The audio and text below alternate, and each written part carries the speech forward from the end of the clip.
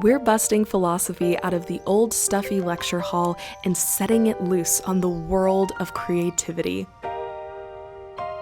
Join us as we explore the unwritten aesthetic.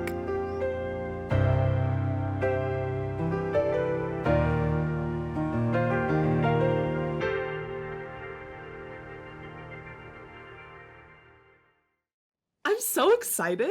Everyone who may be listening now or in the future, welcome to the first episode of the Unwritten Aesthetic. I'm Reese, and I'm Lauren. Hello. um, and we're so excited to be here with y'all and chatting. And Absolutely. um, today we really kind of wanted to start with a foundation of the intersection between creativity and philosophy. And Lauren found this really beautiful interview of Foucault, kind of asking him about Sartre, and it gets a little bit into Nietzsche too. But yeah, do you want to chat a little bit about how you found this and why it was intriguing to you? Yes, I actually heard a fellow student mention this in a reading group I have on Simone de Beauvoir's book, The Second Sex. And we were discussing if it's possible to distinguish whether or not a woman is acting or living her life authentically, if she's kind of giving into, I guess, the patriarchal standard of femininity or, something like that. And so I guess the idea there was, how do we distinguish between someone actually acting authentically and making choices and goals in their lives from a place that's actually from themselves, if that's even possible, to do that exclusively as a singular subject. But yeah, whether it's possible to distinguish authenticity from a sort of performative authenticity that one may or may not be aware of.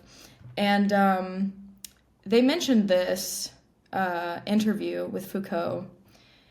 And I think the thing that struck me about it was describing one's life as creating a work of art is kind of like a double-edged sword to me.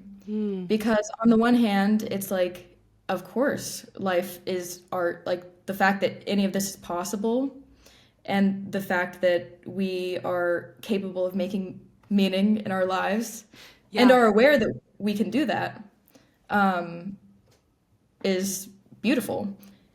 But then it's also like the aesthetic angle of it where it could almost come off as something sort of superficial, where I dress this certain way, I speak in this certain way, I decorate my house a certain way, just to sort of mold myself into like an aesthetic.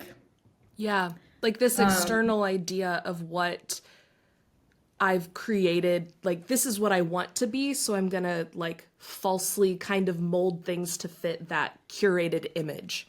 Right. It's like shaping your life into a work of art in terms of how your life appears to others aesthetically versus shaping your life as a work of art as an ongoing project of conscious, authentic decisions that you've reflected on and chosen. Like, okay, this feels authentic to me. This is a goal that feels fulfilling and meaningful to me. So, and I think it's really hard to tease those out and actually separate them. Like I was thinking about it from the perspective of being a student. Like I always describe myself as a proud nerd. As you and should. I love school.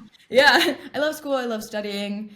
But I feel like with academia especially, it's really easy to take that, which ideally is something like an authentic choice, choosing the pursuit of knowledge and expanding your horizons and asking questions and staying curious and all that fun stuff. And then turning it into like, I'm a student. I'm really smart. I read a lot of books. I wear glasses. And maybe Have you one seen day I'll my wear a journal? trench suit. Yeah. Yes, a journal. Who, me? Of course I have a journal. Yeah. Right, right, Um, right, right. Well, but and it it kind of like, it is, can go back and forth, you know? yeah, and I think it's interesting too in this idea of like, do you, in the kind of aesthetic pursuit of it, that does feel kind of performative. And when something is performative, I think I have a natural inclination to say, oh, well, then it's false.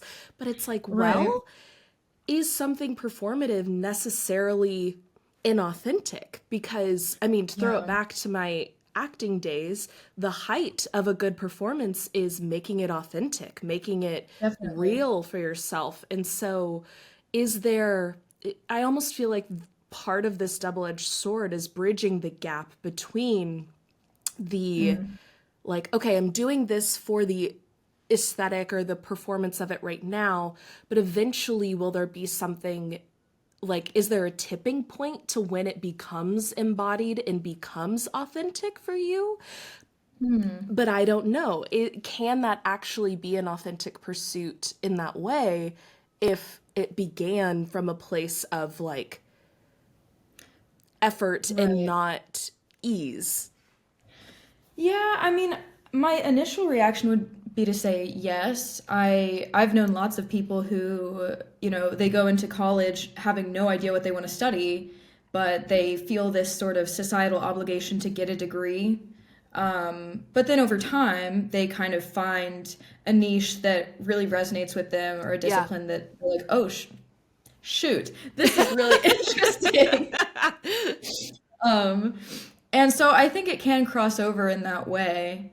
Um, and I think, I mean, from my personal experience with marketing myself as an artist on social Yeah. media, that's also something I've noticed is very weird back and forth of like, I have to market. It's a crazy cool thing that artists nowadays don't have to have a middleman to sell their art, Yeah. but they have to market themselves on social media.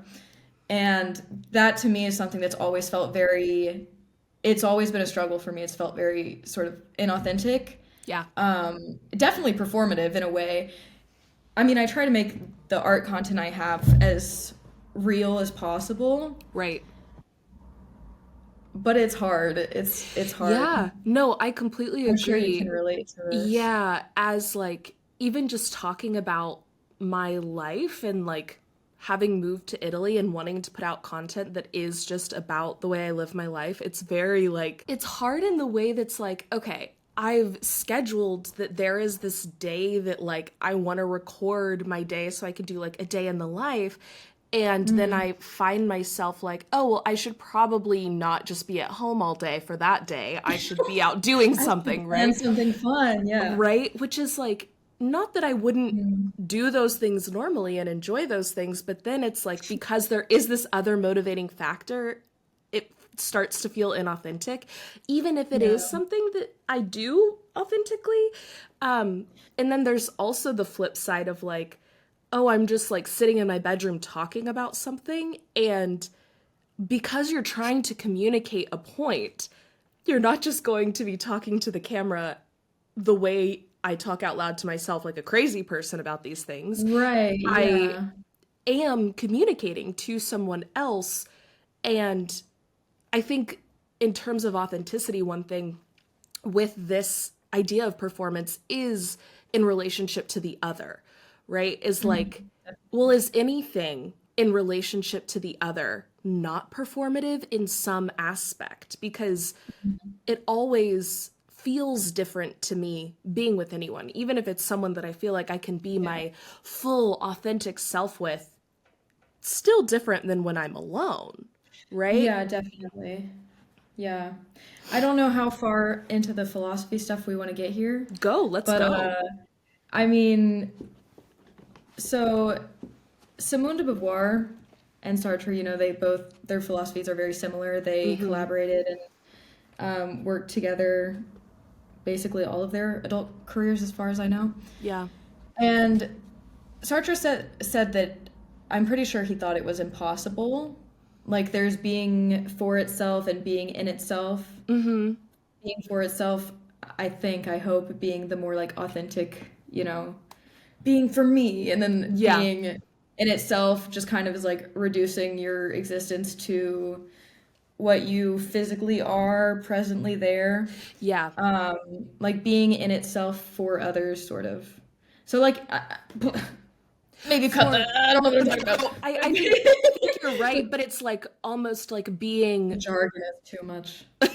no, I think it's perfect because it does get at this idea of like the being in itself almost. I've always heard that and interpreted it as like being in itself is almost reducing a being down to its utility, right? That it's like, Yeah. oh, a table is being in itself just a table. And Yeah, so if table is never being for itself, I don't think. right. I don't think it's ever like No. trying to transcend its physical existence, Right. I think trying to like creating goals and stuff. yeah.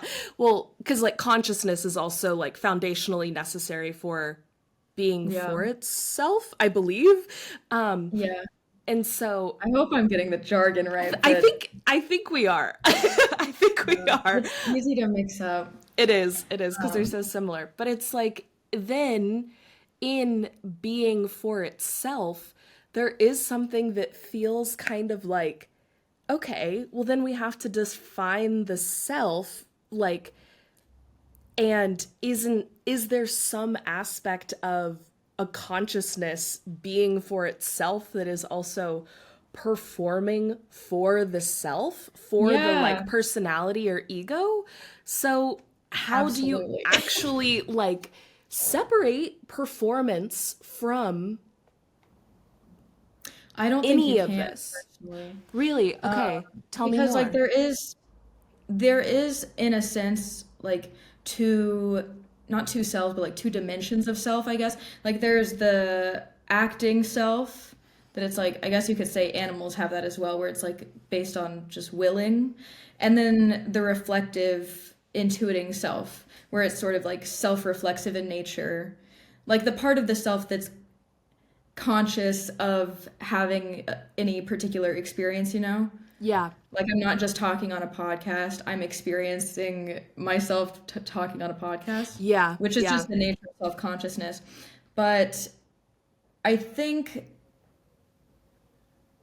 I forgot where I was going with that. But I basically I don't think it's possible.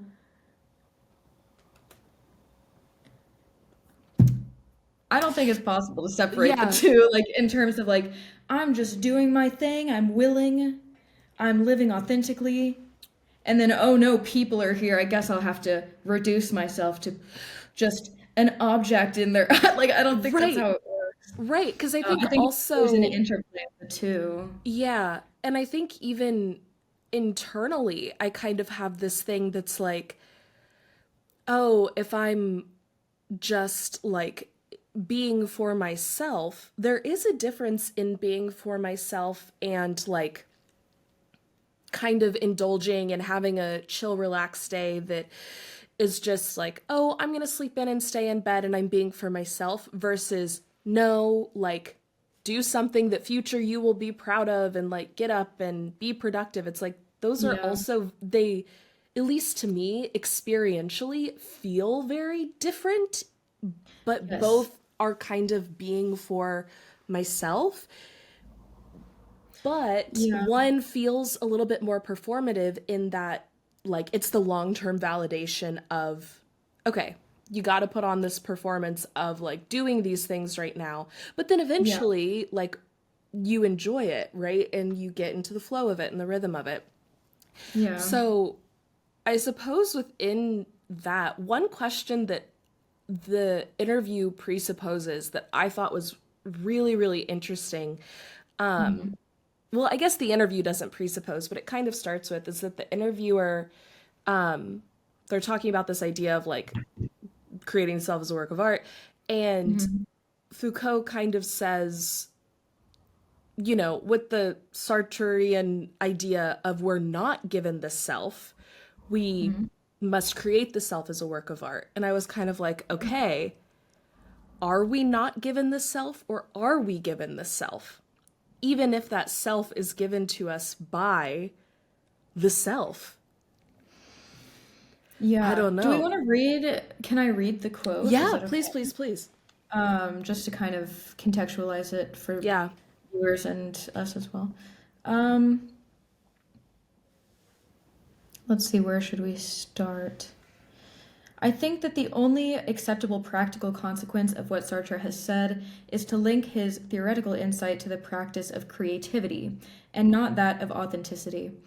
From the idea that the self is not given to us, I think that there is only one practical consequence. We have to create ourselves as a work of art. Um, yeah. Should we read ahead? I think that's fine. Yeah, I Oh, think oh. that. No, continue. Keep going.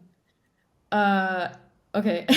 um, it is interesting to see that Sartre refers to the work of creation to a certain relation to oneself, the author to himself, which has the form of authenticity or inauthenticity. I would like to say exactly the contrary. We should not have to refer the creative activity of somebody to the kind of relation he has to himself, but should relate the kind of relation one has to oneself to a creative activity.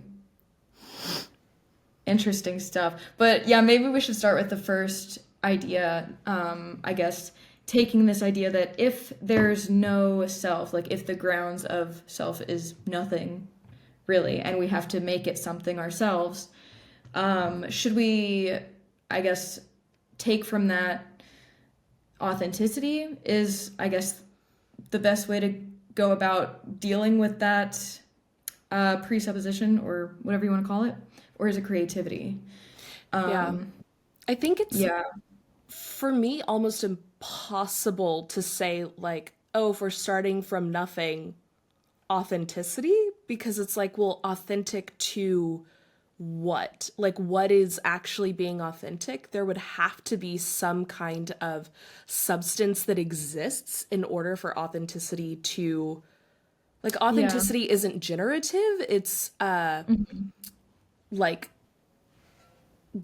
just it just kind of exists in relationship to the thing that is being authentic, whereas creativity is generating something new. And so it's like, okay, if we're starting with the idea that we are given nothing to form the self, I do think that it makes sense that creativity is the only logical choice that follows. mhm, But the idea that authenticity could be a choice makes me want to question that presupposition of not being given anything for the self. Because, I mean, kind of yeah, colloquially, anecdotally, we hear parents say, like, oh, and like babies come out with their personality. You already know who they're gonna be, yeah, or like argument for genetics, right? That like that right, impacts some sense of self. And if authenticity is a reaction to this, well, mhm. are we not given any self? Is there some self that we are kind of born with? Born as you're like Sorry, birthing I thought yourself I in could do that like such still. Yeah, I'm trying to like symbolize what we're yeah, talking about, it's like actually coming into the deeply world. symbolic and artistic, might I add. I was trying to be sneaky.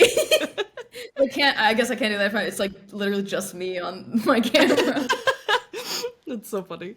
Um, yeah, I don't know. I think for me, when I start thinking about uh, the first part of that statement, like the grounds of our being nothing, I think that takes us into a whole other can of worms. And I don't know. I don't think my Oh, brain's there today, to be honest.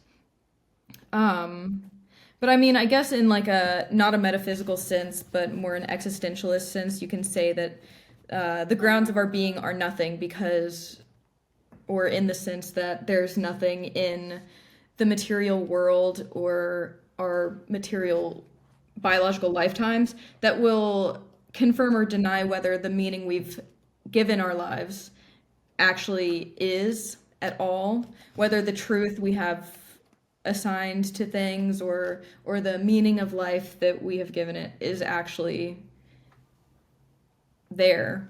yeah. I would say probably not. I mean, it's like not like a capital T truth, but like a lowercase t truth, you know? Not in a Sure. postmodernist sense, by the way. Like we do have like a shared understanding of things, but in the sense that it's not really possible to know. Yeah.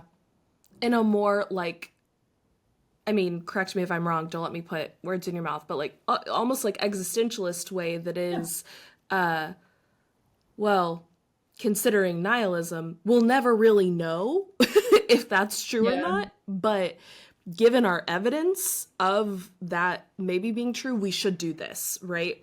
Yes. Um, Like let's not stop at the nihilist mindset, you know. We can go beyond that.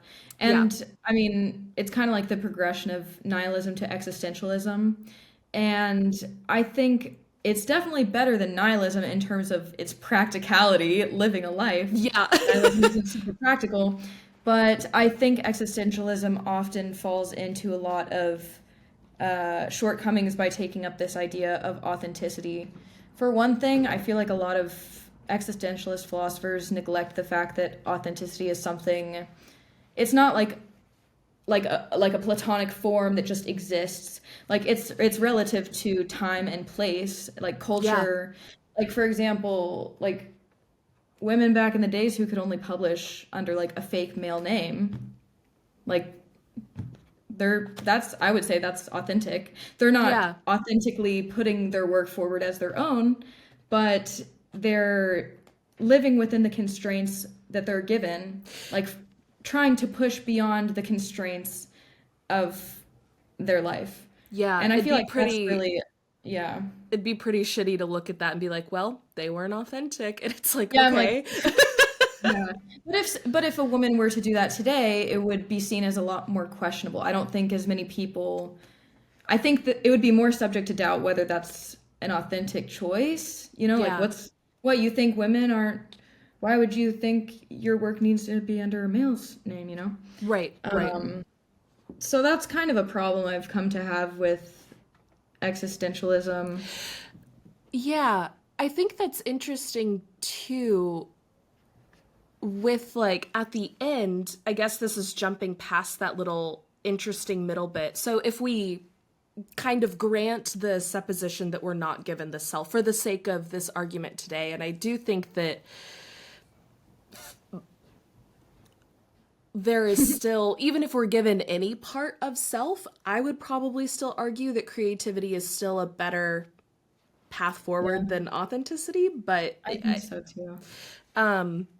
But granting that we're not given the self, there is this kind of Foucault references Nietzsche and the idea of like giving style to oneself as the path to authenticity. And as someone who like really enjoys Nietzsche's work, finds that I agree with a lot of it, that has always been a piece that like honestly sits at the crux of a lot of his stuff.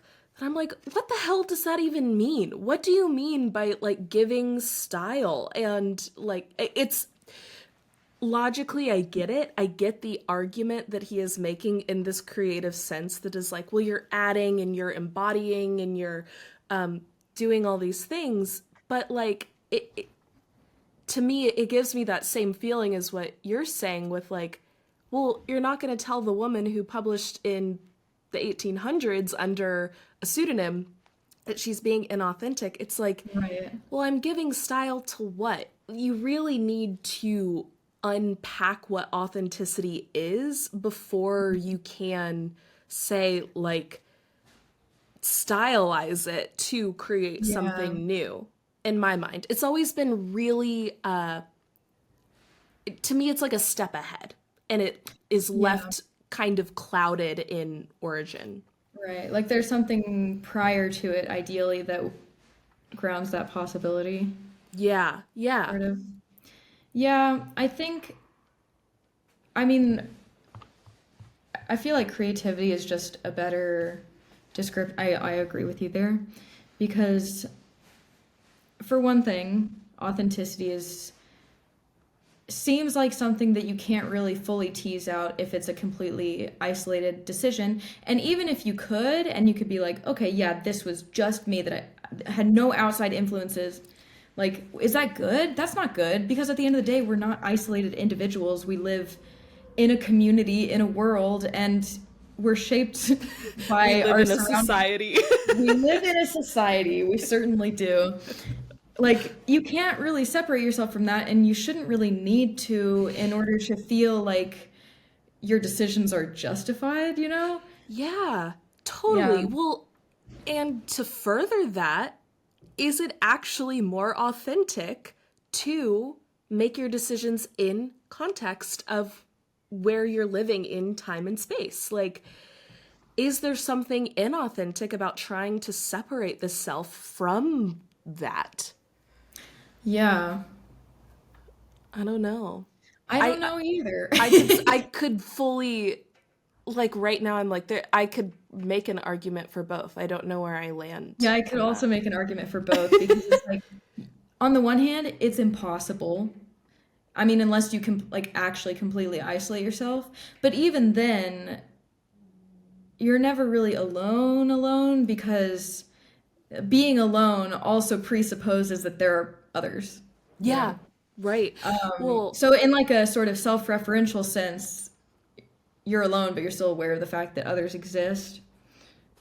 I don't know. That's kind of a tangent. I forgot what the no. second point was. I think that's really good though, that it's like to me it's almost obviously this exists within like the encapsulation of the argument you just made, but like the difference between living by yourself and living with roommates, where like even if you're in your room alone, if other people are home, it still feels Yeah. different than being in your room alone when no one is home.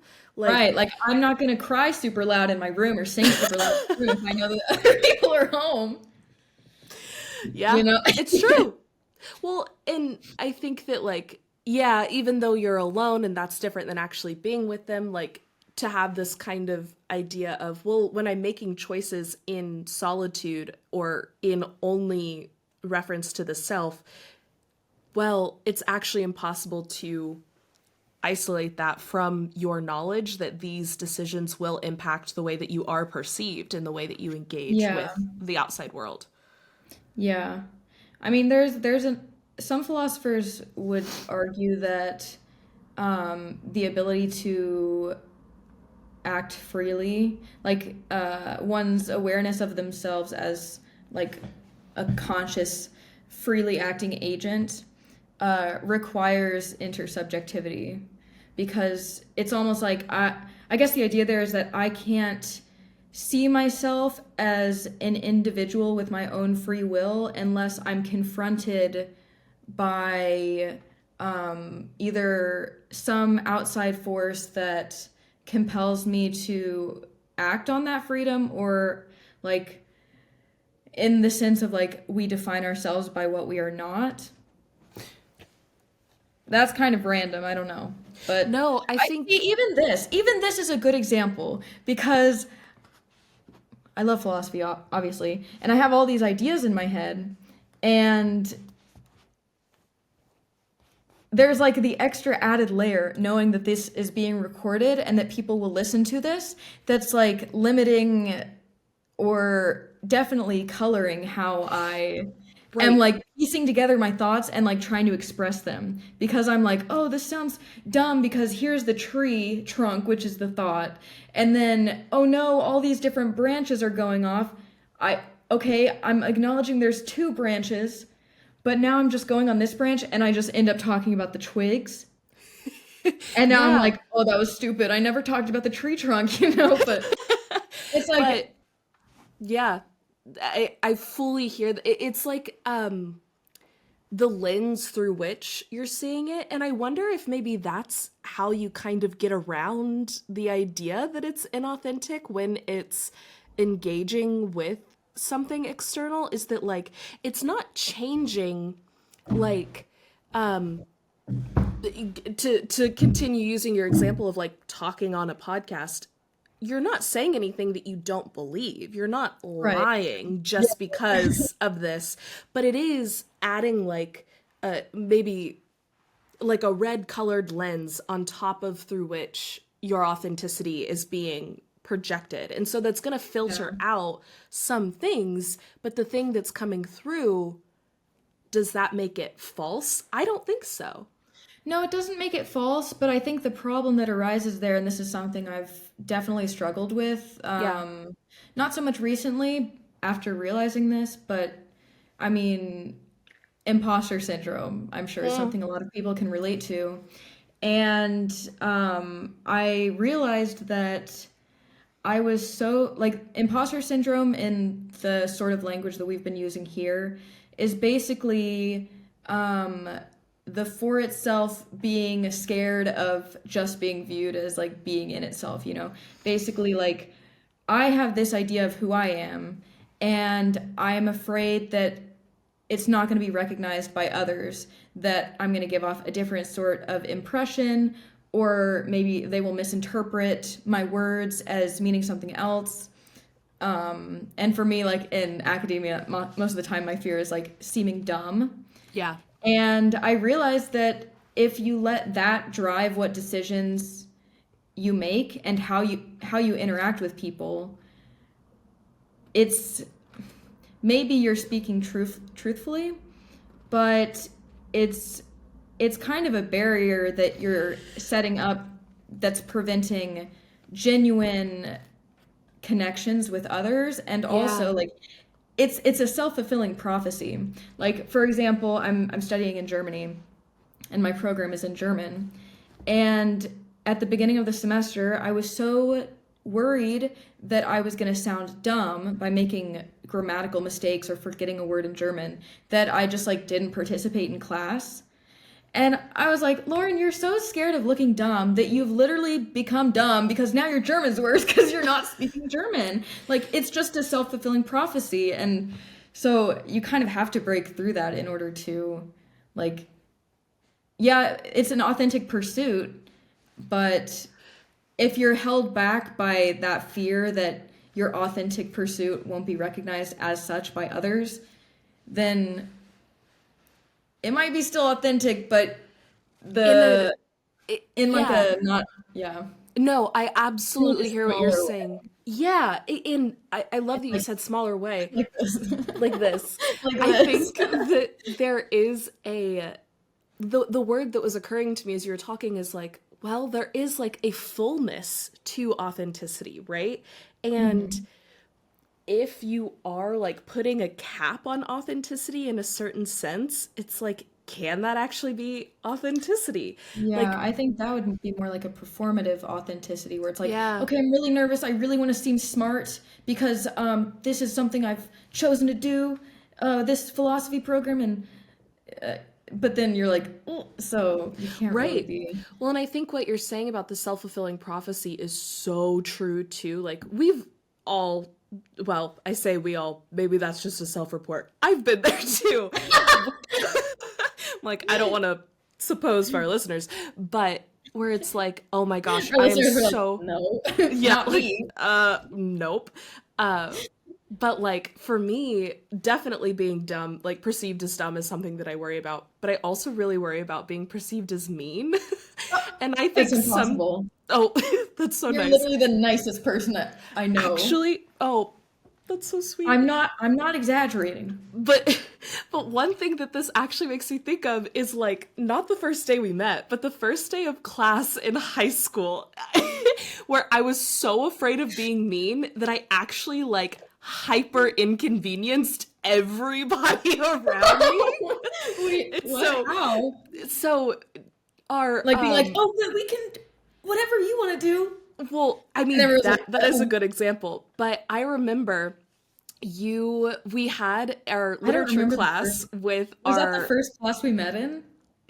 we probably met, maybe that was the first class we met in because Jones's I class? don't think we met before that. That's I like my don't think first so. memory of you, at Right. least. Maybe we Because, crossed paths, but we right, didn't like right. meet. Hmm. Yeah. And I remember we needed like 8 books for our literature class with Mr. Jones, who we will probably be referencing continually throughout this podcast. So Oh yeah. get familiar with the character Mr. Jones, The character, the um, archetype, the the archetype of Jones, man, the myth, the legend. right? But we were walking into our it was American literature that day. And see, even right then, I censored myself. I was like, oh, don't say AP American literature because you don't want to sound braggy. And so I took the AP out. Yeah, we took AP classes, Yeah, guys. we took AP. Mm. But My university didn't count it, but yeah. Yeah, I didn't it's get much credit harder for than it. the Right. I just took it because I wanted to. Yeah. No, I wanted to get So credit for it. yeah, no, yeah. Anyways. But so we needed like 8 books for AP American literature, and some of them were really big, like anthologies. And I remember we both went to Jones and you were like, hey, do we need to bring all of our books to class today? Like to check that we have them or something? And Jones was messing with us and said yes. And so Yeah, I remember those. It's like 8. It's like, yeah, and we're all like, no, literally, it was like as tall as. Oh my god, I forgot about that. For like audio listeners, like probably as tall as like what, 2 hydro flasks on top of each other, like Probably like double of these, but like they're like wide. yes, like probably a like solid, like a comical height of book like a stacks. cartoon, like a Yes. silly cartoon amount. The perfect Yeah. amount to where you think you can carry them, but you probably shouldn't. It's like that in between. Yes. And I remember someone asked me, because they saw me like taking all of the books out of the locker, and they were like, oh, do we need all of our books for class? And I was like, oh, don't act as though you were the one who asked Jones. Make sure that you give Lauren credit for doing the work of asking Jones if we need all of our books. So I was like, oh, well, Lauren actually asked and said yes. And then Oh my god. and then I was like, what the? and then we all take all of our books to class, and then at the end of class we hadn't used any of them because Oh of my course God. it's silly and Jones is Yeah. messing with us, and everyone was like, funny. Lauren, why did you say we needed our books? And then I felt so bad because I was the only one who had told anyone. Yeah, it And was you were Lauren's like, fault. everyone like blaming me. Oh my And I was gosh. like, I was trying so hard to be nice to like give you credit for Yeah, she asking went out our of her new way teacher. to ask the teacher. Right. And then it like totally backfired, right? And Oh, it was that's like, so funny. actually, so I completely long story forgot short. about that until now. and then I Oh felt my like God. such an asshole because everyone's like, oh, Lauren, we didn't need our books. And I'm like, no, don't my blame God. Lauren. Like, I'm the one who told. Like, it's not her fault. No, I wasn't that worried about it. I just was like, well, better safe than sorry. Like Yeah. at that time I was still like nerdy like to the extreme. To the point, yeah. Proud, so but I was like, oh, better safe than sorry, everybody. Yeah, the Venn diagram of nerdy and goody two shoes that we both fall into. It was a circle. It was a It circle. was a in high school. circle. It was Now a it's more circle. Yeah, yeah. like I don't know. I was trying Yeah. to think of something silly, but That's I was okay. like, maybe like the letter 8. The letter 8, yeah. But an example of like me, like the imposter syndrome thing of like, oh my gosh, I'm so afraid that Lauren, this girl that I think is really cool that I just met for the first time, is gonna think that like I'm taking credit for something she did, so I need to be so nice and like tell everyone, and then it like backfired on you, and it's like, okay, what's the point of living in fear, right? Yeah. It's like, it is that same, oh, that's what I was talking about, the self-fulfilling prophecy. In being so afraid of doing it, I fully just did the thing that I didn't want to do. Right. In some cases, that can definitely be the case, you know? Yeah. Where you're worried about, well, if I say this, they're gonna think this. Whereas, like, when they asked, you could have just said, like, yeah, Jones said Right. you know? And that wouldn't have been a lie or wrong No, or even right. mean. No, it wouldn't have. You really thought I was gonna be like, hey, Reese, I actually heard that you told everyone that I was not, that you withheld that information. No, literally, this is like, That's kind of sad and cute. no, it is sad. It's such a self-report to be like, I like was so desperate to be liked that I was Oh, like, "Hey, this was not a thing that I did. The girl that I really my new want to be friend. my friend, Lauren, Oh, I wanted you to be did my friend this." too. And here And we look at are. us now. And by the way, I just want to clarify for your listeners out there. I do know that 8 is not a letter. Yeah. I wouldn't want you to think that I thought 8 was a letter, I because wouldn't want you to think that's that not I'm dumb. authentically I me. promise, I'm not dumb. Yeah. Oh gosh. Okay, But one yeah, thing that I also wanted to make sure that we talked about, which you touched on a little bit, is your experience being an artist and like self-promoting. But when you, as someone who is like traditional artist, right? Because in some senses, it's like I consider myself a creative, but I don't think I would be like I am an artist, you know what I mean? But you are like a beautiful painter, and everyone should go look at Lauren Bush Paints and oh, thank you. all of the work there.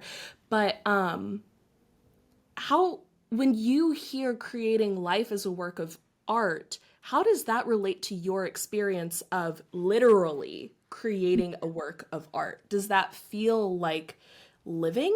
And does that experience, is that similar in any way to like your pursuit of life? Um, I would say yes. I think for me, there are a lot of disparate, lots of different thoughts I'm having about this. But to start, the first thing I thought about was when I sort of realized like, oh, in this first semester in this new program, I've actually just kind of been studying in like a performative authenticity way, like just kind of going through the motions, not really diving in depth to the readings, not giving it my all, not really learning much. I'm just doing the bare minimum, and that's why I'm not enjoying it because I've forgotten why I chose this, you know, and kind of returning back to the actual like philosophizing of it Yeah, instead of just yeah, like finishing coursework.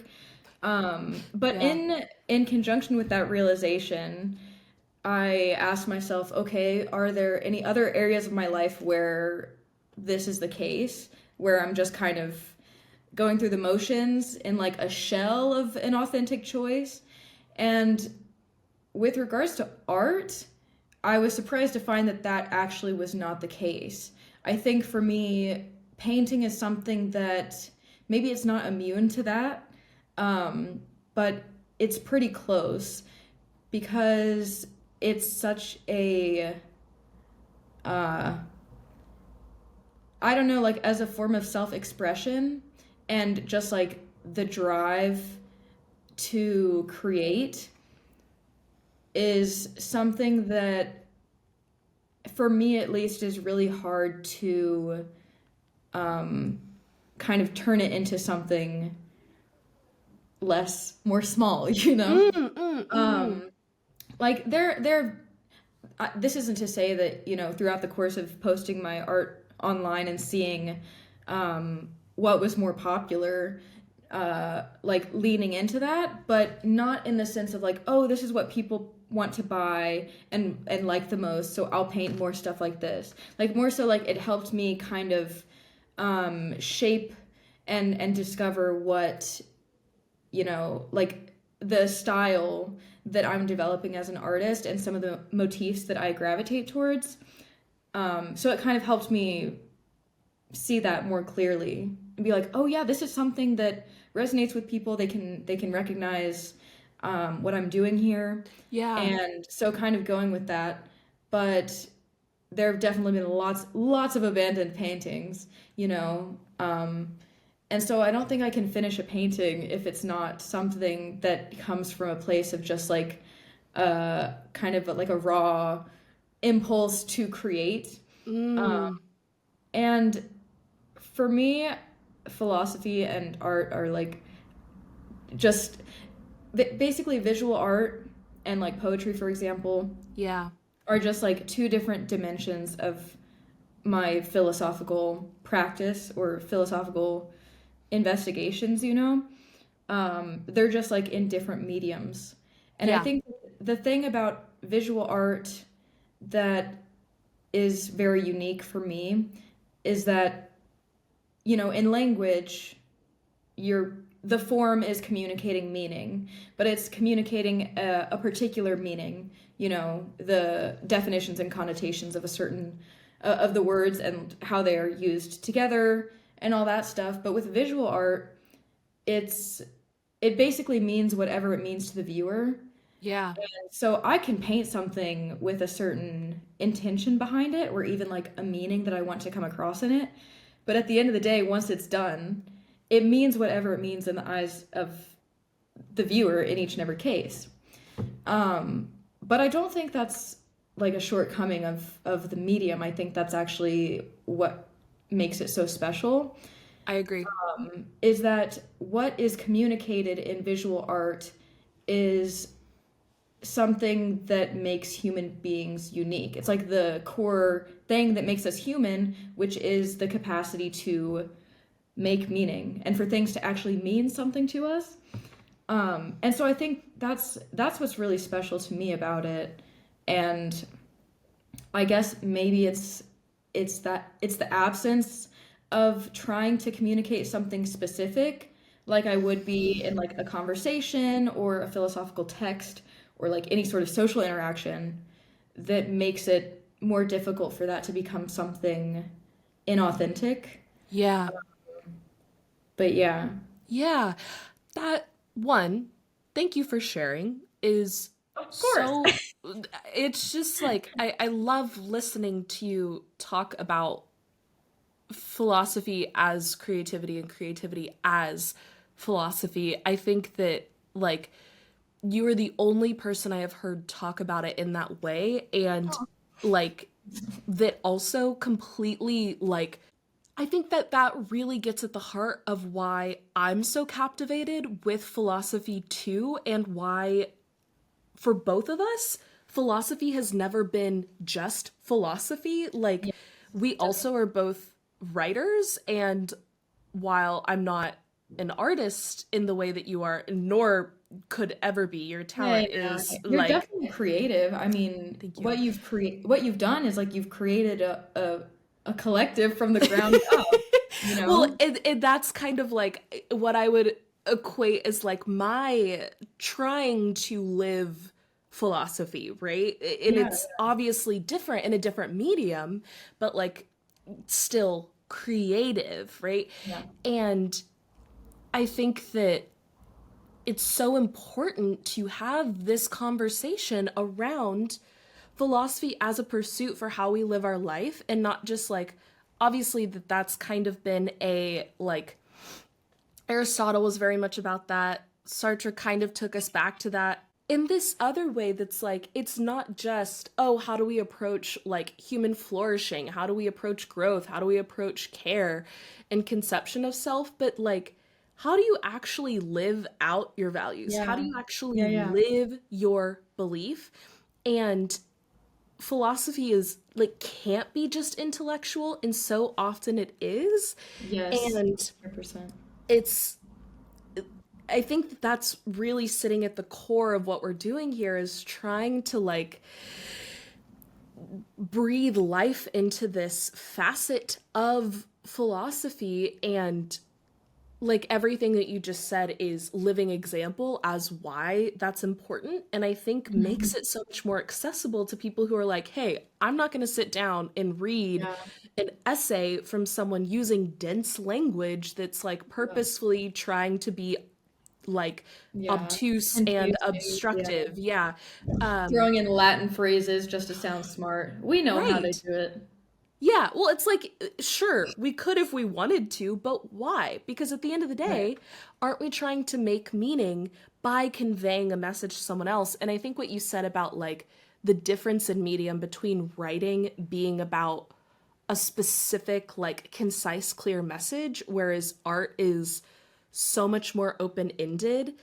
I think that both have the nature of like once it leaves your hands, it's no longer just yours. Like anyone Right. can also interpret anything from writing, like especially Yeah. poetry, I think is where we Yeah, I really was see the gonna middle say, ground like, there. it's not always like Right. it's debatable whether it's impossible to write something, and there's a whole another side of philosophy that's that conversation about, okay, when I say I have a blue door or something, I don't know, like, is that the same mental picture in somebody else's head? So Right. Like what does that's all of that also a whole nother actually can of worms. yeah, mean? But there is something different in the way that meaning is made by the viewer, by the reader, in reading a text and Yeah. viewing a painting. And I think the fact that that is different and we can practice both, I don't know. It's just Yeah. cool to me. It's cool, and I think also in terms of the Western philosophical tradition, there's definitely a, I guess, sort of a hierarchy give, or like a prioritization of language over images, I guess, in terms of how philosophy is conducted, you know? Totally. And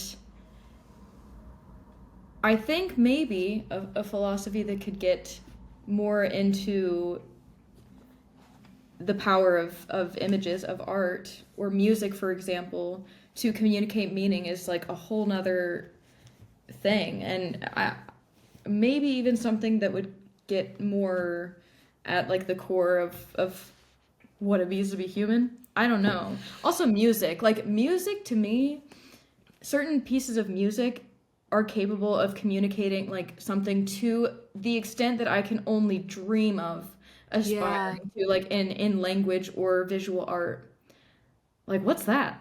What's going on Yeah. there? What's going on there? I think there's Yeah. also, just to further the what's going on there, the experience of like transcendence that so many people have through music. Like, we know that that's why like so many people feel transcendence in church. And obviously, for a lot of Yeah. people, that like fires up a different part of their brain than when you're at a concert. But for some people, it's the same part of their brain that's fired up. That's Yeah. like, I would argue for me, when I was little and still considered myself a Christian and went to like mega church with like the rock music that was Oh, hell yeah. holy is our Lord. And it was all of that. Like, oh my gosh, I was there on Wednesday nights, You were like 12-year-old transcending it. Reese, hands in the air, like, yes. But that's Amazing. also what it feels like to be at a concert with like my friends and in this Yeah. community of people who are experiencing it. That does so get at the heart of human experience, that's almost like it stops me in my tracks, like, and I have to take a breath. But that's also what like my favorite works of art do, but it's Yeah. still different. And like Yeah. I don't have the words for why those two things Right. feel different. It's like the Yeah, yeah. unutterableness of those experiences. Right. Like, how is the experience of art?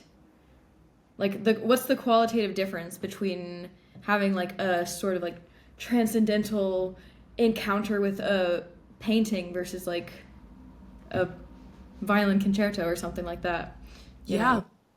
know? Um, yeah. I'm not sure. It's a mystery. Yeah, I think it lies in experience. And to go back to the text, I guess, to kind of start wrapping up our thoughts, since we're about at an hour here, Our wrapping first up. I episode. know. So Um, fun. to start kind of wrapping up our thoughts on this interview and this kind of idea of creating the self as a work of art. Yeah, final thoughts. How do you feel about it now? Obviously, we cannot like ever make strong conclusions. I think both of us would agree that the goal of this is to raise more questions than provide answers. Oh, for sure. Um, so I guess what questions are you left with? Um, Great question, Reese. I think, um, just lots of questions. I think for me, the best way to go about it is like, I don't know. No, I think my brain just took a... Your brain's calling uncle.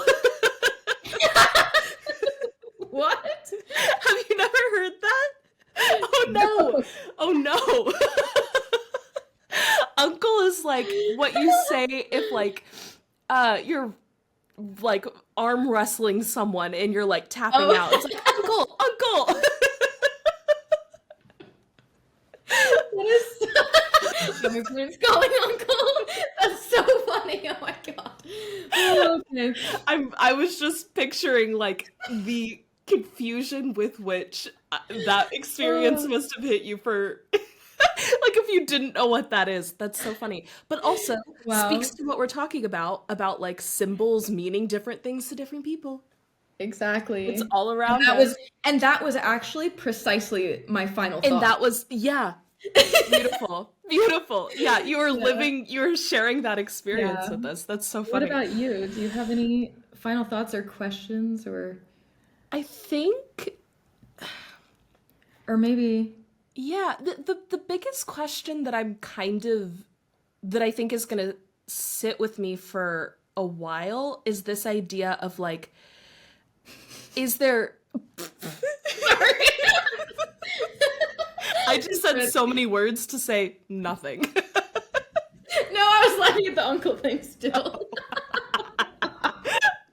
That's so funny. Oh, no, that's okay. I love that we could laugh while talking about this. But having potentially a spectrum of authenticity, like the idea of like, okay, is a lens through which you are shining your authenticity and that's blocking out some of it. Obviously, that feels less authentic than a full authenticity, but is a smaller authenticity inauthentic? And is there actually a spectrum of authenticity? Yeah. And if so, at a certain point, is that the tipping point into actually like living authentically? I don't know. I think that like there is something my brain really likes about like, if you don't understand when the tipping point is, turn it into a spectrum. And it's like, oh yeah, that's kind of helpful.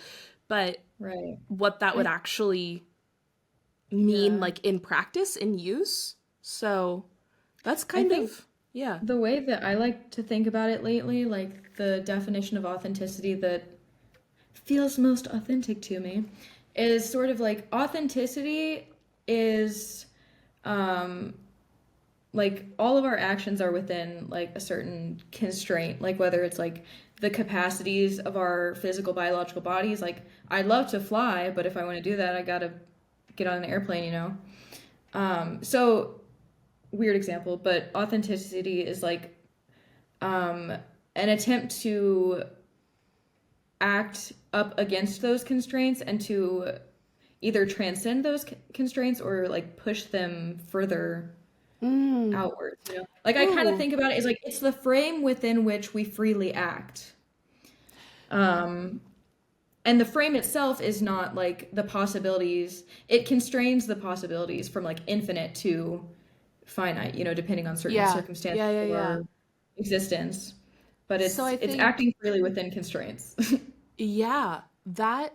And maybe this is where we can go next time, because now I have so many questions and thoughts. But if authenticity is a frame in which we can act freely, is that determinist? Is that compatibilist? Like, what does that mean for free will? And that is a much bigger question. Yeah, maybe a perfect topic for next perfect topic for next time. So I think that brings us to the end of our conversation today. So fun. Everyone listening, thank you so much for listening.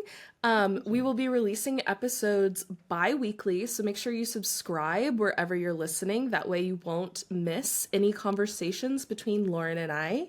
And yeah, thank you for listening. This is kind of the format that I think we want to take. We want to keep it like, obviously we're just two friends that love these topics, and so we want to be like, this is also kind of an excuse for us to spend time together talking about it. So thank you for listening to us do that. And thank you, Lauren, for all of your Thank thoughts you, and Reese. This was so wisdom. much fun. I'm already so excited for next time. Me too. Okay, we will Awesome. see you all next time. The Unwritten Aesthetic is a bi-weekly podcast from the Cohere Collective that features philosophical artist or artistic philosopher Lauren Bush and question asker and meaning maker Reese Brown. Please subscribe to The Unwritten Aesthetic wherever you may be listening, and if you enjoyed the episode, consider leaving us a like, a 5-star rating, and or a review. And sharing the episode is a really wonderful way to kickstart meaningful conversations in your own life. If you want to stay up to date on all things The Unwritten Aesthetic, you can follow the Cohere Collective on any social media platform at the Cohere Collective, and check out our other content and offerings at thecoherecollective.com. To explore Lauren's work, head to laurenbushpaints.com and follow her on Instagram and YouTube at laurenbushpaints. If you're interested in working with Reese to find and pursue your purpose, head to thecoherecollective.com to explore life coaching options.